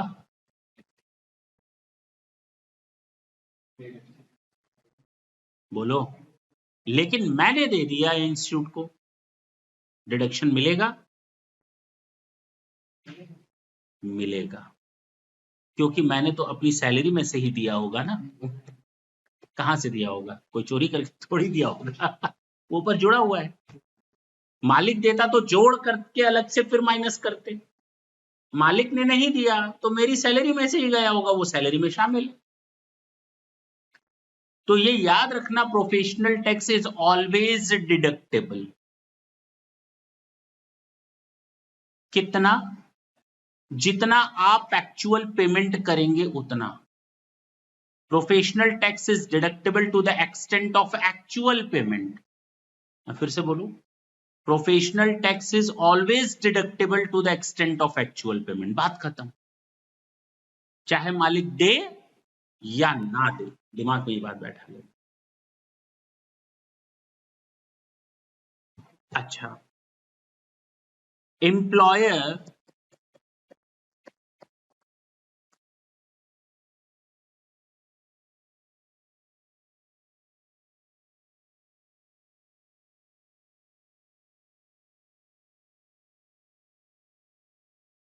5,000 एम्प्लॉय पे,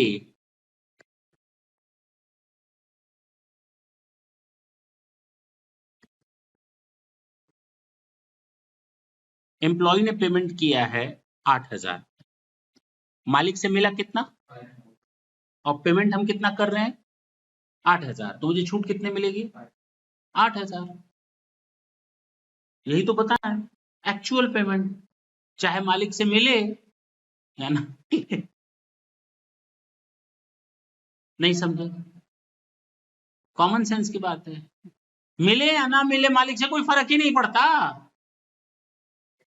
मिलेगा मालिक से तो वो सैलरी में ऐड होगा, नहीं मिलेगा तो नहीं ऐड होगा, वो तो हम अपनी सैलरी से दे ही रहे हैं ना। तो जितना भी हम प्रोफेशनल टैक्स का पेमेंट करेंगे, मुझे अपने मेंबरशिप को स्टोर करना है या नहीं करना है? तो मुझे उस कंपनी में नौकरी करने के लिए अपनी मेंबरशिप को स्टोर करना है कि नहीं करना है? तो इसीलिए वो डिडक्टेबल है, चाहे मालिक दे या ना दे। अब बात समझ में? अगर मालिक ने हमको 10,000 रुपए दिए, कितने, और मैंने केवल 8,000 पे किए, तो कितना माइनस होगा? 8,000। जितना हम एक्चुअल पे, कितनी बार मुंह से निकलवाओगे भाई? मालिक दे या ना दे, दे तो सैलरी में जोड़ लो, बात खत्म। लेकिन हम माइनस उतना करेंगे जितना हम प्रोफेशनल टैक्स के नाम पर पेमेंट करेंगे, बात खत्म। एक लाइन की बात, इससे ज्यादा तो कुछ सोचना ही नहीं। मालिक ने हमको दिया ही नहीं और हमने पेमेंट किया 8,000। अब चाहे मालिक दे या ना दे, ज्यादा दे कम दे, जो दे सैलरी में ऐड करो, ना दे सैलरी में ऊपर मत जोड़ो, लेकिन जितना हम पेमेंट करेंगे हमें डिडक्शन उसी का मिलेगा। अब समझ में आई बात? वाह भाई वाह।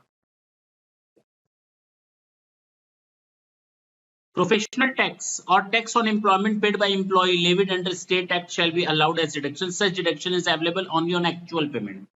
If an employer pays professional tax on behalf of the employee, then it first be included in the total salary as a perquisite and then allowed as a deduction.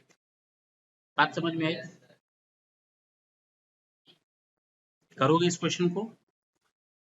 Question number 3 क्या कहता है, जरा ढंग से देखो। Taxable क्या होगा? Entertainment allowances.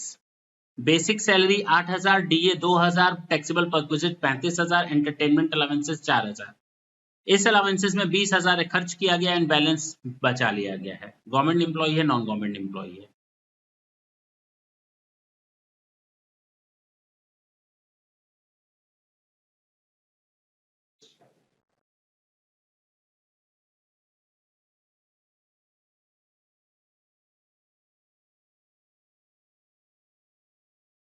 देखो इधर सॉल्यूशन 3,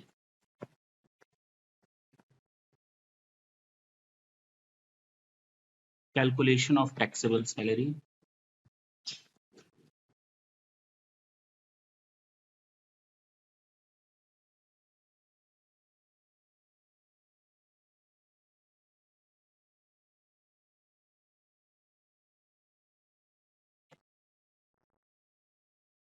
देखो इधर गवर्नमेंट एम्प्लॉय है, अगर ये नॉन गवर्नमेंट होता तो क्या होता? दोनों निकाले।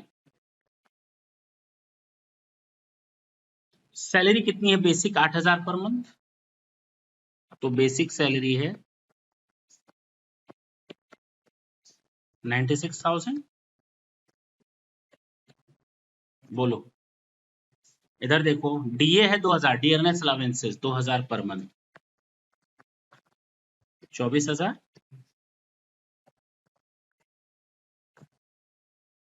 अलाउंसेस भी हमारी सैलरी का हिस्सा होता है। टैक्सेबल परक्विजिट 35,000 है, कैलकुलेट करके दिया हुआ है, चाहे कैश में मिले चाहे ये कैश में, ये काइंड में, सैलरी का हिस्सा है। एंटरटेनमेंट अलाउंसेस 4,000, तो लिख दो एंटरटेनमेंट 4,000 पर मंथ है, टोटल है पर मंथ, तो दोनों में 48,000 ऐड हो जाएगा। बोलो, कहता है जिसमें से 20,000 खर्च किया है, खर्च करने को हमें उससे क्या मतलब, हमें तो डिडक्शन मिलता है ना। डिडक्शन किस चीज का मिलता है? उसी का ही। जरा देखते हैं टोटल कितना हुआ। ये है gross salary,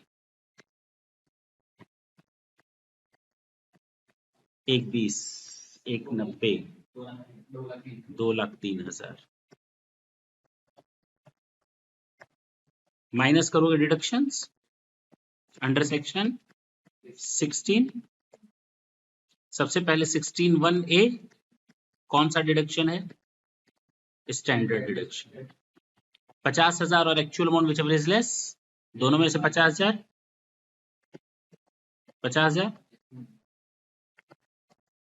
under section 16(2) entertainment allowances. पहले तो ये देखो गवर्नमेंट या नॉन गवर्नमेंट, इसके में कुछ नहीं मिलेगा क्योंकि नॉन गवर्नमेंट है। इसके में कितना मिलेगा इसकी बात करते हैं। पहला एक्चुअल अमाउंट कितना है? 48,000, हाँ या ना? मैक्सिमम लिमिट 5,000 और third 1/5 of salary, basic salary. तो बेसिक सैलरी कितनी है? 96।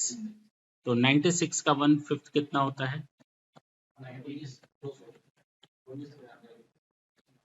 तीनों में से जो सबसे कम हो, लोअर इज डिडक्टेबल,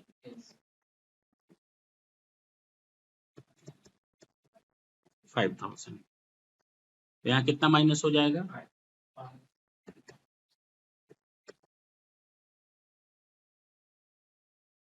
हाँ,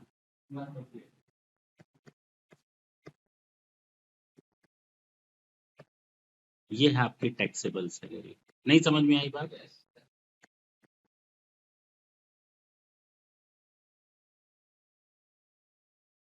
क्लियर है? नोट कर लीजिए।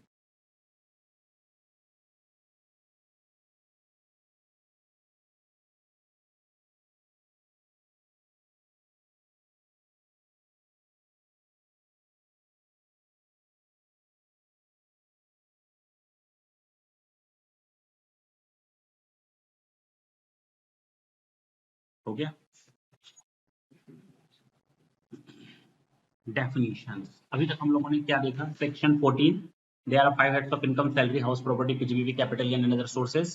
Section 14A, if an income is exempt then the related expenditures are disallowed. Section 15, charging section, due basis or receipt basis, whichever is earlier, arrear of salary but subject to section 89(1). Section 16, deduction. 16(1)(a), standard deduction, actual amount of 50,000 whichever is less. Section 16(2), entertainment allowances only available to a government employee where least of the following is deductible: actual amount 5,000, 1/5 of basic salary. बस। Section 16(3), professional tax, whatever the amount is actually paid by the employee on account of professional tax is always deductible.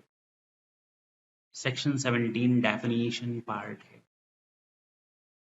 सबसे पहले definition of salary, section 17(1) था ना?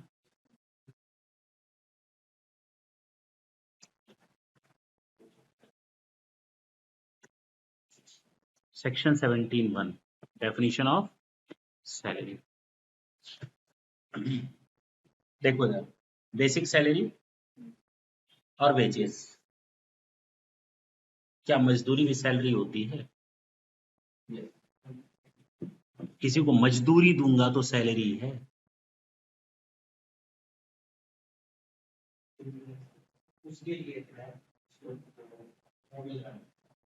Salary ही है। दोनों में फर्क क्या होता है कैरेक्टरिस्टिक में? सैलरी किसको मिलती है और वेजेस किसको मिलता है? नहीं, सैलरी मिलता है जो पेन से काम करता है, पेन और पेंसिल और कागज पर काम करता है, उसको सैलरी मिलती है। जो फिजिकल एक्टिविटी करेगा बिना पेन पेंसिल के, उसको वेजेस मिलेगा। Common sense.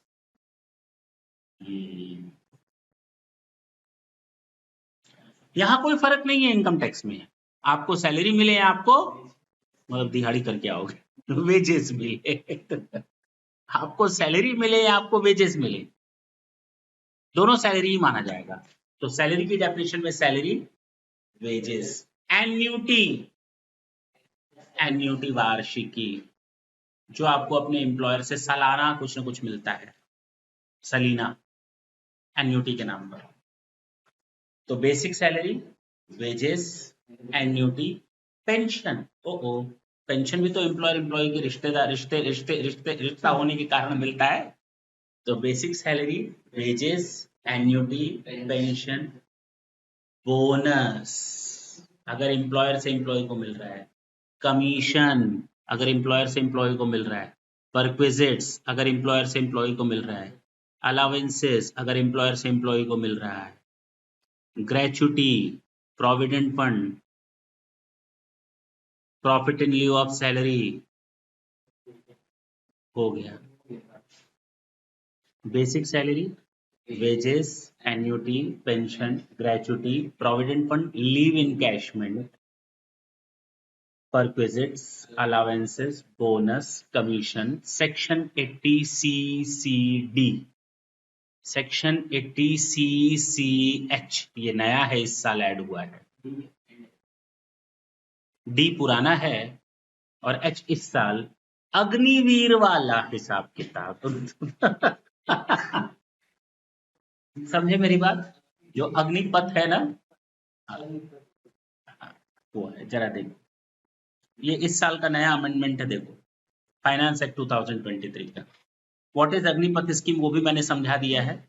नहीं, असल में बिना इस चीज को समझे कि ये स्कीम है क्या, हम इनकम टैक्स कैसे मान लें क्या होगा ट्रीटमेंट? हमें तो पता होना चाहिए ना भाई, किसी चीज के बारे में बेसिक मालूम होगा तब तो नहीं रटना पड़ेगा, नहीं तो रट्टा मार लो। तो हमने ये चीज कहीं और से उठाकर यहाँ रख दी है, गलत नहीं।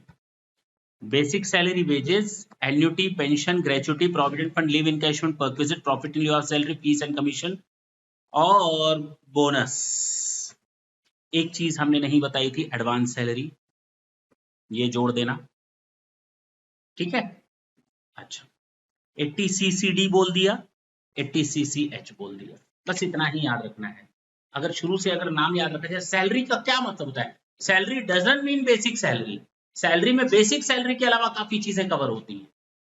Basic salary, wages, annuity, pension, gratuity, provident fund, leave encashment, arrear of salary, advance salary, bonus, commission, perquisites, allowances, 80 CCD, 80 CCH। अब क्लियर है? फिर से बोलो एक बार। शुरू में दिक्कत होती है, हम जान रहे हैं। हाँ बताओ, याद हो गया, बताओ। Basic salary, wages, annuity, pension, gratuity, provident fund, leave encashment, arrear of salary, advance salary, profit in lieu of salary, bonus, commission, perquisites, allowances, 80 CCD, 80 CCH। फिर से बोलूं? नहीं। ये सारी चीजें, ये सेक्शन 7 यानी डेफिनेशन ऑफ सैलरी में ये सारी चीजें सैलरी हैं। परक्विजिट्स भी आपकी सैलरी है, बोनस भी आपकी सैलरी है, कमीशन भी आपका सैलरी है, एडवांस सैलरी है, एरियर ऑफ सैलरी, जो कुछ भी मिल रहा है that is the part of the salary. तो सैलरी की डेफिनेशन में केवल बेसिक सैलरी या वेजेस नहीं आता, बहुत चीजें आती हैं। इसलिए मैंने कहा कि जब entertainment allowances 1/5 of basic salary, तो इसका मतलब केवल हम इसको ले रहे थे, बाकी सबको काट डाल रहे। नहीं समझे? हाँ, तैयार है इतना? पक्का? सबसे इंपॉर्टेंट डेफिनेशन स्टार्ट करें, मजा लोगे।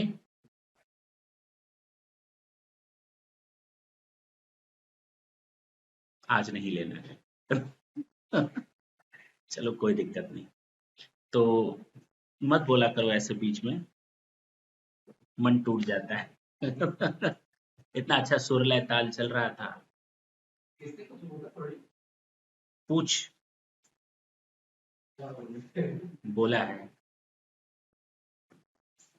क्लास के बाद खूब मारना है इसको। तो तुम लोग इतनी तैयारी करके आओगे, ठीक है ना? एक बार रिवाइज करवा दें सेक्शन 1 से सारा, अब फिर बोलेगा कल। करवा दें, 5 मिनट लगेगा।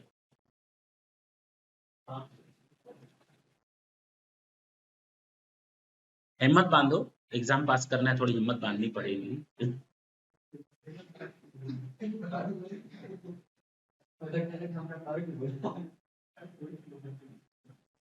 सेक्शन 1 सबसे पहले बताया था इंट्रोडक्शन, जिसको हम लोग कहते हैं short title and commencement.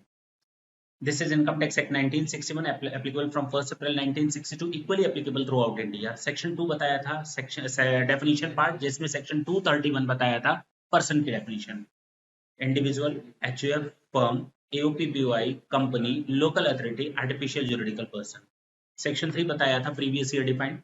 Previous year means the financial year which is immediately preceding the assessment year. Section 4 बताया था charges of income tax, 5 heads of income, clubbing कर लो, set off and carry forward कर लो, जो आता है gross total income है, माइनस कर दो डिडक्शन, जो आएगा टैक्स कैलकुलेट कर लो, टैक्स पर इंटरेस्ट पेनाल्टी और फीस जोड़ दो, minus advance tax, TDS, TCS and self assessment tax minus कर दो, जो आएगा नेट लायबिलिटी आएगा. सेक्शन 5 बताया था scope of total income. Scope of total income 3 तरह से एसएससीज बांटे गए थे, ROR, RNOR, NR. In India, outside India. In India का बताया गया था इनकम रिसीट और deem to be receipt in India, तीनों में टैक्सेबल होगा. इनकम एक्रू और अराइज और डीम टू एक्रू और अराइज इन इंडिया, तीनों में टैक्सेबल होगा. आउटसाइड इंडिया, इनकम एक्रू और arise outside India but if business is controlled और profession is setup in India, पहले 2 में टैक्सेबल होगा. Any other case first case में टैक्सेबल होगा. सेक्शन 6 मैंने बताया था residential status. Individual previous year में क्या 182 डेज था, हाँ या ना. अदरवाइज सेकंड ऑप्शन आपके पास है, प्रीवियस ईयर में 60 डेज था प्लस पिछले के पिछले 4 सालों में 365 डेज इंडिया में था. यानी अगर इन 2 कंडीशंस में से कोई एक पूरी हो जाती है तो वो हमारा रेजिडेंट होगा, अदरवाइज नॉन रेजिडेंट. अगर रेजिडेंट हो गया तो फिर से देखना पड़ेगा ऑर्डिनरी है या नॉट ऑर्डिनरी है. ऑर्डिनरी होने के लिए 2 एडिशनल कंडीशंस है, पिछले के पिछले 7 साल में 730 डेज और मोर, पिछले के पिछले 10 सालों में 2 साल एटलीस्ट वो रेजिडेंट की पोजीशन में रहा हो. Is it clear? अगर दोनों कंडीशन पूरी होंगी तो ऑर्डिनरी रेजिडेंट, नहीं तो वो नॉट ऑर्डिनरी. इसमें कुछ एक्सेप्शंस बताए थे. पहला एक्सेप्शन बताया था कि अगर कोई इंडियन सिटीजन इंडिया छोड़कर आउटसाइड इंडिया परमानेंट जॉब या एम्प्लॉयमेंट के लिए बाहर जा रहा है तो भैया जाते जाते इसी साल का टैक्स इसी साल दे देना. आपको 60 डेज का कंडीशन पूरा नहीं करना है, बेसिक कंडीशन की 182 डेज वाली कंडीशन पूरी करनी. 60 डेज को हम काट करके 182 डेज लिख देंगे. केवल फर्स्ट कंडीशन इज रेलेवेंट. अगर कोई इंडियन सिटीजन इंडियन शिप का क्रू मेंबर बन जाता है तो भी 60 डेज को काट कर 182 डेज कर देंगे और आपको केवल फर्स्ट बेसिक कंडीशन ही पूरी करनी है, सेकंड आपके लिए इररेलेवेंट है. थर्ड मैंने बताया था इंडियन सिटीजन या इंडियन ओरिजिन का बंदा आउटसाइड इंडिया से इंडिया में टेम्परेरीली विजिट करने के लिए आता है और उसकी income from income other than foreign sources 15 lakh से कम है तो 60 डेज को काट करके 182 डेज कर लेना. 182. और अगर 15 लाख से ज्यादा है तो 60 दिन को काट कर 120 डेज कर देना. 120 डेज अब आया, हो गया. और ये 120 डेज वाला ऑलवेज आरएनओआर होगा. तीसरा मैंने बताया था लास्ट 6(1) ये जो डीम्ड रेजिडेंट था, अगर कोई इंडियन सिटीजन, इसमें इंडियन ओरिजिन नहीं था, आउटसाइड इंडिया पे काम करता है, एक भी दिन इंडिया ना आया हो, लेकिन उसकी income from income other than foreign sources 15 lakh से अधिक है और उसका उस देश में डोमिसाइल या रेजिडेंशियल बेसिस पर कोई टैक्स नहीं लगता है तो उसको इंडिया में आरएनओआर मान लिया जाएगा. सिंपल. सेक्शन 7 मैंने इसके बाद मैंने firm, AOP, BOI, local authority, artificial juridical person के लिए बताया था. इन इंडिया या तो वो रेजिडेंट होंगे या नॉन रेजिडेंट होंगे. रेजिडेंट कब होंगे? जब उनका पूरा का पूरा बिजनेस कंट्रोल या मैनेज या पार्टली कंट्रोल या मैनेज इन इंडिया होगा. अगर होली आउटसाइड इंडिया है तो नॉन रेजिडेंट होगी. कंपनी के लिए बताया, कंपनी या तो रेजिडेंट होगी या नॉन रेजिडेंट होगी. कंपनी का रेजिडेंट होने के लिए या तो इंडिया में रजिस्टर्ड हो या फिर पोएम इन इंडिया हो, प्लेस ऑफ इफेक्टिव मैनेजमेंट. अगर पोएम इन इंडिया नहीं है और आउटसाइड इंडिया रजिस्टर्ड है तो नॉन रेजिडेंट मान ली जाएगी. बस एचयूएफ छोड़ देते हैं, कर लेना. सेक्शन 7 बताया था मैंने income deemed to be receipt. Provident fund की कहानी पूरी कॉपी करवाई थी. पहला बताया था सेक्शन 7 में कि अगर एम्प्लॉयर्स का कंट्रीब्यूशन प्रोविडेंट फंड में 12% से अधिक है तो, हाँ या ना. दूसरा इंटरेस्ट, चाहे वो एम्प्लॉयर का कंट्रीब्यूशन हो प्रोविडेंट फंड में चाहे एम्प्लॉई का, 9.5% से अधिक हो तो. तीसरा मैंने बताया था अनरिकॉग्नाइज्ड प्रोविडेंट फंड का नॉन टैक्सेबल फिगर अगर रिकॉग्नाइज्ड प्रोविडेंट फंड में आता है तो सबसे पहले नॉन टैक्सेबल पोर्शन पर टैक्स दे दो. जो नॉन टैक्स्ड पोर्शन पर, non taxable non taxed portion पर टैक्स दे दो. इसमें एम्प्लॉयर का कंट्रीब्यूशन और उसका इंटरेस्ट आ जाएगा. हाँ या ना? सेक्शन 8 मैंने बताया था डिविडेंड इनकम। डिविडेंड इनकम में 3 तरह के डिविडेंड बताए थे। प्रपोज डिविडेंड, डिक्लेरेशन के बेसिस पर टैक्स लग जाता है। इंटरव्यू डिविडेंड, पेड बेसिस पर यानी रिसीट बेसिस पर टैक्स लगता है। ऑन डीम्ड डिविडेंड 5 तरह के होते हैं, 222 A B C D E। Distribution के बेसिस पर टैक्स लगता है। 222 A कहता है कि अगर कोई कंपनी अपने शेयर होल्डर को, चाहे इक्विटी हो चाहे प्रेफरेंस, अपनी एसेट्स को रिलीज करके डिस्ट्रीब्यूट करती है, तो to the extent of availability of accumulated profits whether capitalized और नॉट, वो डीम्ड डिविडेंड मान लिया जाएगा। 222B बताया था, अगर कोई कंपनी अपने शेयर होल्डर्स को डिवेंचर स्टॉक, डिवेंचर सर्टिफिकेट या डिपॉजिट सर्टिफिकेट्स देती है, या प्रेफरेंस शेयर होल्डर को स्पेशली बोनस शेयर दे देती है, तो उस केस में वो डिविडेंड डिम्ड डिविडेंड माना जाएगा to the extent of availability of accumulated profits, चाहे वो कैपिटलाइज किया गया हो या ना किया गया हो। 222C, अगर कोई कंपनी लिक्विडेशन में जाती है और लिक्विडेशन के जस्ट पहले वाले प्रॉफिट को डिस्ट्रीब्यूट करती है, अमाउंट ऑफ एसेट्स वगैरह डिस्ट्रीब्यूशन होता है, तो उसको हम डीम्ड डिविडेंड मानेंगे to the extent of availability of accumulated profits whether capitalized और नॉट। फोर्थ मैंने बताया था, और केवल इक्विटी शेयर होल्डर पर लगता है लिक्विडेशन का केस। फोर्थ मैंने बताया था, अगर कोई कंपनी अपने शेयर होल्डर के शेयर कैपिटल को रिड्यूस कर देती है और रिडक्शन के बदले कुछ ना कुछ पेमेंट करती है, तो वो मान लिया जाएगा deemed dividend to the extent of availability of accumulated profits whether capitalized और नॉट। लास्ट मैंने बताया था, अगर कोई कंपनी लोन दे देती है ऐसे शेयर होल्डर को, कैसे शेयर होल्डर को, ऐसे शेयर होल्डर को जिसका उस कंपनी में 10% से अधिक का वोटिंग पावर है और उसमें वो बेनिफिशियल इंटरेस्ट रखता है, तो वो डीम्ड डिविडेंड मान लिया जाएगा। लेकिन अगर वो कंपनी किसी दूसरी कंपनी को, दूसरी फर्म को या एओपीबीआई को लोन देती है, उस दूसरी फर्म या दूसरी कंपनी में ऐसे शेयर होल्डर का सब्सटेंशियल इंटरेस्ट होता है, तो वो भी डीम्ड डिविडेंड मान लिया जाएगा। 20% वाला केस था, ठीक है ना? खत्म। 9 बताया था इसके बाद, इनकम डीम टू एक्रू और अराइज इन इंडिया, लंबा चौड़ा है, देख लेना। 911 से लेकर 919 तक बताया था, 8 तक, सॉरी 8 तक बताया था। 8 जो था गिफ्ट से रिलेटेड था, डीम्ड गिफ्ट मान लिया जाएगा। उसके बाद ये स्टार्ट हो गया। टाटा बोले, थैंक यू बच्चों।